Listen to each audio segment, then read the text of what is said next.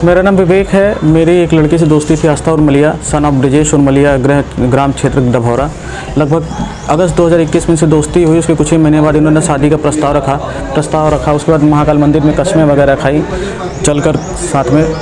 उसके बाद ये पैसे का लेन देन इन्होंने शुरू करवाया मेरे से। लगभग आपको दिखाना चाहूँगा यहाँ पर 165 या 66 बार में इन्होंने लगभग 20 लाख रुपये या 22 लाख रुपये अकाउंट में लिया है, खुद के अकाउंट में लिया है। इसके अलावा 2 लाख रुपए अपनी बहनों के अकाउंट में लिया है, कैश लिया है, और इसमें डायमंड रिंग लिए हैं, एप्पल के फ़ोन लिए हैं, एप्पल की घड़ियाँ ली हैं, और इसके अलावा गिफ्ट्स, कपड़े, और ये बहुत सारी चीज़ें इसमें ऐसी हैं जिसका इन्होंने स्कैनर भेजा है, लिंक भेजा है, इसमें पेमेंट कर दो, हेयर कटिंग का ये सारे जो एविडेंस हैं ये हमारे पास यहाँ पे इनकी चैट जो है वो रखी हुई है 2021 से आगे की। ये सब हिस्ट्रीज़ हैं, आपको बताना चाहूँगी इसमें सब। और इनके फादर ने इसके बाद इन्होंने किसी और से सगाई कर ली। फिर हमने पैसे की अपनी डिमांड रखी, हमारे पैसे वापस किए जाएं, तो जान से मारने की धमकी दी गई। हमारे घर में अज्ञात लोग घुसे जिसकी हमने शिकायत भी की। उसके बाद उचित कार्यवाही नहीं हुई, लेकिन हाँ उसके बाद माहौल शांत हुआ। फिर हमें फर्जी मुकदमे फंसाने की पूरी कोशिश की गई। कामयाब ना होने के बाद फिर हमें फ़ोन किया गया कंप्रोमाइज़ के लिए स्वीकार किया गया। मेरे पास उसकी वॉइस रिकॉर्डिंग है कि हाँ हम पैसे देंगे, अब स्वीकार कर रहे हैं। लड़की के पिताजी के पैसे देंगे, हमारी बेटे ने लिया, उसके लिए हमने एक जो रिकॉर्डिंग है सभी को दे दी। लेकिन पैसे देने से फिर ये मुकर गए और हमें फिर से धमकियाँ लगातार दी जा रही हैं।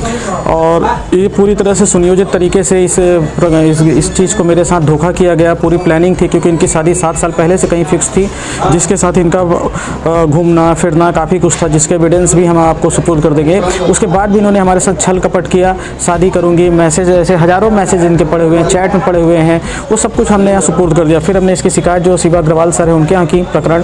फिर उसके बाद हमने SP को दिया, CSP को दिया। CSP ऑफिस में हमने हमारा कथन हुआ, हमने 522 पेज का सबूत दिया है, जिसको जांच में सब कुछ सही पाया गया है।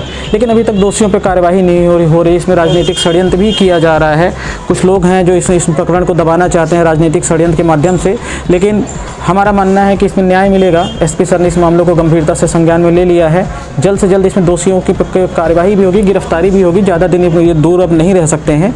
और सबसे बड़ी चीज़ मैं ये कहना चाहूँगा कि एक लड़के से छोटी सी गलती होती है तो उसको कितनी बड़ी सज़ा मिलती है, उसके परिवार को सज़ा मिलती है। लड़के के ऊपर शोषण का आरोप लगता है, लेकिन यहाँ एक लड़के का शोषण हुआ है। सारे सबूत लड़के के खिलाफ जा चुके हैं, हज़ारों पेज के सबूत हैं जो जांच में सही पाए गए हैं। यहाँ भी एक देख रहा है, लोग अधिकारी देख चुके हैं, लेकिन अब ये देखना है कि कब तक कार्यवाही नहीं होगी।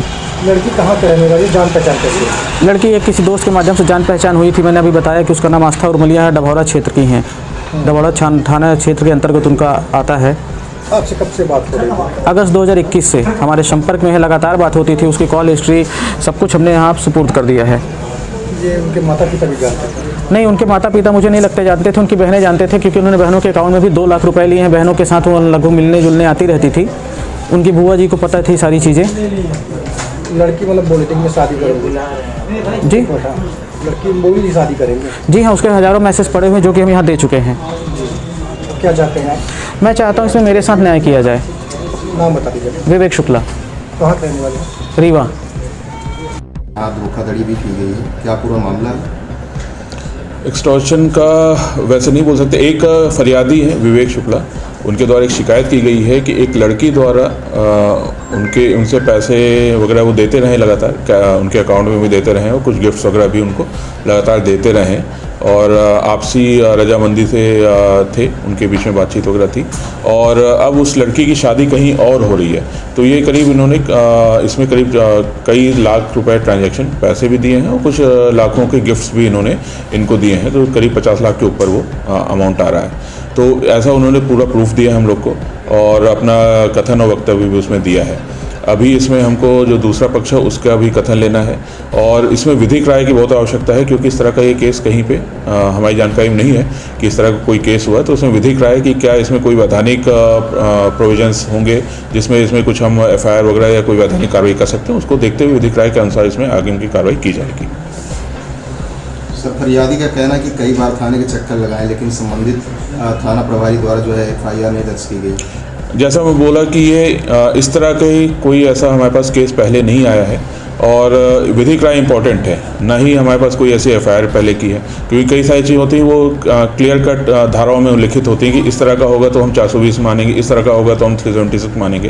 तो जो ये केस है या शादी का झांसा मानेंगे, उसमें भी जब किसी महिला या बच्ची की तरफ से हमारे पास आता है तो उसमें भी एक डेफिनेशन होती है उस चीज़ की। अब इसको धोखाधड़ी की श्रेणी में माना जाएगा कि नहीं माना जाएगा, वो पूरी हमको विधिक राय के अनुसार ही और जो कथन अनुसार है उसके आधार पर हम उसको निर्णय ले पाएंगे उसमें। सर, आवेदक का कहना लगातार जान से मारने की धमकी मिली। मैंने उनसे कहा प्रूफ आप मुझे दें कि ऐसा कुछ हुआ है तो मुझे बताएं और उसमें भी हम कार्रवाई करेंगे।